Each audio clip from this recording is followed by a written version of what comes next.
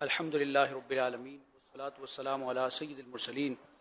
اما بعد فاعوذ باللہ من الشیطان الرجیم بسم اللہ الرحمن الرحیم۔ الحمدللہ مدنی مذاکرے کا سلسلہ جاری ہے اور آج 2 محرم الحرام ہے، اور اس مہینے میں اور اس عشرے میں بالخصوص عاشقان رسول، عاشقان صحابہ و اہل بیت، نبی کریم رؤوف الرحیم صلی اللہ تعالی علیہ وآلہ وسلم کی ذات اقدس سے نسبت رکھنے والے خوش نصیبوں کا ذکر کرتے ہیں، جن کو مسلمانوں کے عرف میں صحابہ اور اہل بیت اطہار کے نام سے یاد کیا جاتا ہے۔ تو صحابہ کرام اہل بیت اطہار میں ایک مخصوص طبقہ جو نبی کریم صلی اللہ تعالی علیہ وسلم کی آل ہونے کا شرف بھی رکھتا ہے، تو ان کا کچھ ذکر خیر کریں گے۔ نبی کریم علیہ الصلوۃ والسلام کے اہل بیت اور اولاد مصطفیٰ کا جب ذکر ہوتا ہے تو سبحان اللہ عاشقان رسول کا دل جھوم جاتا ہے، کیونکہ ان کو دوہری فضیلت حاصل ہے۔ ایک تو پیارے آقا علیہ الصلوۃ والسلام کا ایک خونی اور نسبی تعلق انہیں حاصل ہے، اور دوسرا یہ کہ صحابیت کا رتبہ حاصل ہے، تو دوہری فضیلت کے حامل ہیں۔ یعنی قرآن و حدیث میں جب صحابہ کی فضیلت بیان کی جائے گی تو اس میں بھی اہل بیت کا، اولاد مصطفیٰ کا ذکر ہوگا، اور جب اہل بیت کی شان میں آیات پڑھی جائیں گی، احادیث بیان کی جائیں گی، تو اس میں بھی اولاد مصطفیٰ کا، آل مصطفیٰ کا، عطرت مصطفیٰ کا اور پنجتن پاک کا خصوصیت کے ساتھ ذکر ہوگا۔ اعلیٰ حضرت امام علیہ سنت کے 3 اشعار سنتے ہیں سلام رضا سے، جس میں امام علیہ سنت اعلیٰ حضرت مجدد اعظم شیخ الاسلام والمسلمین امام احمد رضا خان علیہ رحمت الرحمن نے نبی اعظم صلی اللہ تعالی علیہ وسلم کی مبارک اولاد اور عطرت، اور آپ علیہ الصلوۃ والسلام کی جو صاحبزادیاں اور صاحبزادے ہیں اور ان کی اولادیں ہیں، ان کو خراج عقیدت پیش کیا ہے۔ چنانچہ بریلی کے امام فرماتے ہیں، پارہائے صحف غنچہائے قدس، پارہائے صحف غنچہائے قدس، اہل بیت نبوت پہ لاکھوں سلام، آب تطہیر سے جس میں پودے جمیں، آب تطہیر سے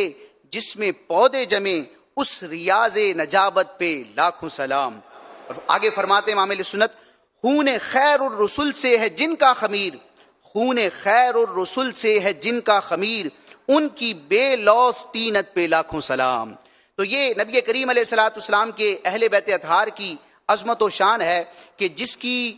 گواہی قرآن مجید کی آیات بھی دیتی ہیں، اور نبی کریم علیہ الصلوۃ والسلام کے واضح ارشادات بھی موجود ہیں۔ ایک بڑی خوبصورت اور ایمان افروز روایت ہے، نبی کریم رؤوف الرحیم صلی اللہ تعالی علیہ وآلہ وسلم جو کہ نور کا، ہدایت کا، ایمان کا چمکتا ہوا آفتاب ہیں، آپ علیہ الصلوۃ والسلام اپنی اولاد اہل بیت کے حوالے سے ارشاد فرماتے ہیں کہ جس طرح آسمان والوں کے لیے ستارے امان ہیں، اسی طرح میرے اہل بیت یہ میری امت کے لیے امان ہیں۔ مدنی چینل کے ناظرین، اہل بیت کا لفظ جب استعمال کیا جاتا ہے تو اس کے تحت وہ تمام افراد شامل ہوتے ہیں جن کو نبی کریم علیہ الصلوۃ والسلام نے اپنے اہل بیت ہونے کا شرف عطا فرمایا ہے۔ جی ہاں، جب احادیث اور روایات کو دیکھتے ہیں تو صحابہ کرام کے زمانے میں ایسے مخصوص اور بہت سے طبقے تھے کہ جن کو نبی کریم علیہ السلام نے اپنا اہل بیت قرار دیا۔ اس کی جو تفصیل ہے وہ کتب میں موجود ہے۔ مفسر شہیر حکیم الامت حضرت مفتی احمد یار خان نعیمی رحمۃ اللہ تعالی علیہ نے مرآت المناجی میں اہل بیت کی جب تشریح کی کہ اہل بیت میں کون سے افراد آئیں گے، تو آپ رحمۃ اللہ تعالی علیہ نے تمام تر احادیث کو پیش نظر رکھتے ہوئے خلاصتاً بیان کیا کہ نبی کریم علیہ الصلوۃ والسلام کے گھر میں جو رہنے والے ہیں وہ بھی اہل بیت ہیں، اور اس سے مراد امہات المومنین ہیں، حضور کی مبارک ازواج ہیں۔ اور اسی طرح اہل بیت سے مراد وہ افراد بھی ہیں جو پیارے آقا علیہ الصلوۃ والسلام کے گھر میں پیدا ہوئے، یعنی اولاد مصطفیٰ اور پھر اولاد در اولاد، یہ جو مبارک نورانی سلسلہ چلا ہے، تو اولاد مصطفیٰ کو بھی اہل بیت کہا جاتا ہے۔ اسی طرح نبی کریم علیہ السلام کے وہ نسبی رشتہ دار کہ جن کے لیے زکوٰۃ لینا حرام ہے، جو بنو ہاشم سے تعلق رکھتے ہیں، اور وہ مخصوص 4-5 خاندان ہیں، تو ان کو بھی اہل بیت کہا جاتا ہے، اہل بیت کے زمرے میں وہ بھی شمار کیے جاتے ہیں۔ اسی طرح نبی کریم علیہ السلام کی یہ شان کریمی ہے کہ کئی ایسے صحابہ کرام جو آپ علیہ الصلوۃ والسلام کے خصوصی خدمتگار تھے، ان کو بھی آپ علیہ الصلوۃ والسلام نے احسان کرتے ہوئے، فضل فرماتے ہوئے اپنے اہل بیت میں سے شمار کیا ہے۔ جیسے کہ حضرت سلمان فارسی رضی اللہ تعالیٰ عنہ کے لیے بھی اس طرح کی روایات ملتی ہیں کہ ان کو اپنا اہل بیت ارشاد فرمایا۔ حضرت زید بن حارثہ، ان کے صاحبزادے حضرت اسامہ بن زید، اسی طرح اور کئی ایسے صحابہ کرام ہیں کہ جو پیارے آقا علیہ السلام کے خصوصی خادمین تھے، تو ان کو بھی اہل بیت میں شمار کیا جاتا ہے۔ لیکن ان تمام طبقوں میں بالخصوص امہات المومنین اور نبی کریم علیہ الصلوۃ والسلام کی جو اولاد ہے ان کا اپنا شرف اور مقام و مرتبہ ہے. تو نبی کریم علیہ الصلوۃ والسلام کے اہل بیت سے محبت رکھنا یہ ہمارے ایمان کا حصہ ہے اور ایمان کے لیے ضروری بھی ہے اور ایمان کی علامت بھی ہے. مدنی چینل کے ناظرین، قاضی ایاز مالکی رحمۃ اللہ تعالی علیہ نے اپنی کتاب الشفاء بتعریف حقوق المصطفیٰ میں جب محبت مصطفیٰ اور تعظیم مصطفیٰ کی گفتگو کی تو اس چیپٹر کے تحت آپ نے علامت محبت مصطفیٰ کو ذکر کیا کہ حضور سے محبت کی علامات کیا ہیں. ان میں سر فہرست اس کو بھی ذکر کیا کہ پیارے آقا علیہ السلام کی آل سے محبت رکھنا یہ بھی محبت مصطفیٰ کی علامت ہے. اور جہاں تعظیم مصطفیٰ کا آپ نے ذکر فرمایا تو وہاں اس بات کو ذکر کیا کہ حضور علیہ الصلوۃ والسلام کی تعظیم اور احترام میں سے یہ مسئلہ بھی ہے کہ آپ صلی اللہ تعالی علیہ وسلم کے صحابہ اور اہل بیت کا احترام کیا جائے، ان کی تعظیم کی جائے. اور ان کی تعظیم کیوں نہ کی جائے کہ جو نورانی مخلوق ہے، جو اللہ تعالیٰ کی معصوم مخلوق ہے، یعنی فرشتے، اور ان فرشتوں کے بھی جو سردار ہیں، نورانی اور معصوم مخلوق کے جو سردار ہیں سید الملائکہ امین وحی الہی حضرت سیدنا جبریل علیہ الصلوۃ والسلام، وہ بھی اہل بیت اطہار کا اکرام کرتے ہیں. اعلیٰ حضرت امام علیہ سنت کے بھائی جان بڑے خوبصورت انداز میں اس چیز کو بیان فرماتے ہیں کہ ان کے گھر میں بے اجازت جبرائیل آتے نہیں، ان کے گھر میں بے اجازت جبرائیل آتے نہیں، قدر والے جانتے ہیں قدر و شان اہل بیت. اور ہم صحابہ کرام کی سیرت میں دیکھتے ہیں ایسے درجنوں واقعات ملتے ہیں کہ صحابہ کرام کس طرح اہل بیت اطہار کا ادب کیا کرتے تھے. ایک بڑے مشہور صحابی ہیں جنہوں نے بہت زیادہ احادیث روایت کی، اور آج حدیث کی جو کتابیں ہمارے پاس موجود ہیں ان میں سب سے زیادہ جس صحابی سے مروی روایات اور احادیث ہیں ان کو کنز الاحادیث حضرت سیدنا عبد الرحمن بن صخر المعروف ابو ہریرہ رضی اللہ تعالیٰ عنہ کے لقب اور نام سے یاد کیا جاتا ہے. امام شمس الدین ذہبی رحمۃ اللہ تعالی علیہ نے سیر اعلام النبلاء میں جہاں حضرت سیدنا امام حسین شہید کربلا نواسہ رسول صلی اللہ تعالی وسلم کا ذکر خیر کیا، آپ کا تعارف اور آپ کے حالات زندگی کو ذکر کیا، وہاں پر آپ نے بڑی ایمان افروز روایت ذکر کی ہے. اور مدنی چینل کے ناظرین دل کے کانوں سے سنیں، ہمیں اندازہ ہوگا کہ ہمارے صحابہ اور اہل بیت اطہار کی آپس میں کیسی محبت تھی اور یہ نسبت مصطفیٰ کا کس طرح لحاظ رکھا کرتے تھے. چنانچہ امام شمس الدین ذہبی رحمۃ اللہ تعالی علیہ نے سیر اعلام النبلاء میں اس روایت کو ذکر کیا کہ ایک مرتبہ ایک جنازے کے موقع پر کچھ صحابہ کرام اہل بیت اطہار موجود تھے، وہیں پر حضرت سیدنا امام حسین رضی اللہ تعالی عنہ بھی جلوہ فرما تھے، اور اس وقت آپ کی عمر مبارک کم تھی. اور اسی مجلس میں اسی اجتماع میں حضرت سیدنا ابو ہریرہ رضی اللہ تعالی عنہ بھی موجود تھے. اب ان کی عظمت و شان کیا ہے؟ علماء نے ذکر کیا کہ اللہ تعالیٰ نے حضرت ابو ہریرہ رضی اللہ تعالیٰ عنہ کو دعائے مصطفیٰ اور صحبت مصطفیٰ اور فیضان مصطفیٰ کی برکت سے اتنا مال عطا فرمایا تھا کہ آپ ریشم کے رومال سے اپنے جوتے صاف کیا کرتے تھے. یعنی اتنے آپ امیر تھے، اتنے مالدار تھے، لیکن اس کے باوجود آل مصطفیٰ کا ادب و احترام کیسا ہے، کیا عظمت و شان ہے، سبحان اللہ. امام شمس الدین ذہبی ذکر کرتے ہیں کہ اس مجمع میں کئی صحابہ موجود تھے، حضرت ابو ہریرہ بھی موجود ہیں، حضرت امام حسین بھی موجود ہیں جو ابھی چھوٹی سی عمر کے ہیں،